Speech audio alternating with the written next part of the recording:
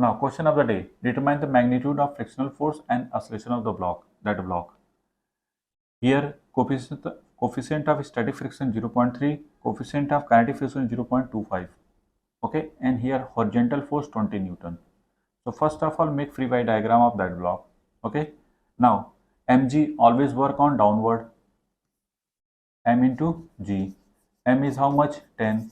And what about g? We have considered g is equal to 10. So 10, that is 100 Newton. So represent here 100 Newton. Always downward. So represent like that one. After that, normal force applied by surface on the block. In which direction? Perpendicular surface. So represent like that one. This is N. Okay. After that, applied force or driving force like that one, 20 Newton. Represent like that one. So frictional force work always opposite direction of driving force. Okay. Now after that, I know that, look here, what about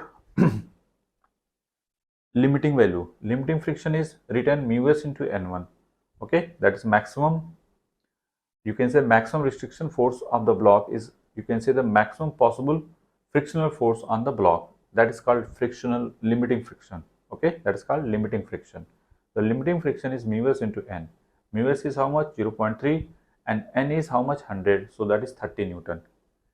So that one is 30 Newton. Maximum limiting is 30 Newton, and here applied force is 20 Newton. So block is not moving. Why? Because of driving force is not greater than limiting value.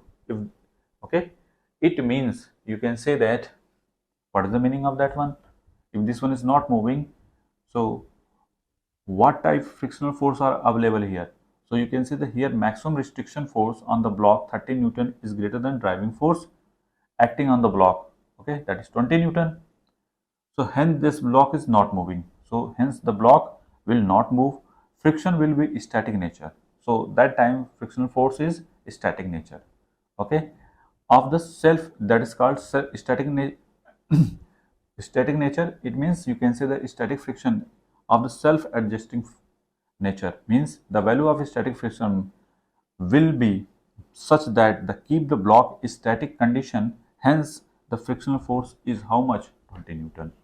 It means you can say that if this block is not moving, then you can say that 20 minus F, this is equal to mass according to Newton's second law, acceleration is 0. So you can say that F is 20 Newton. So static frictional force is how much?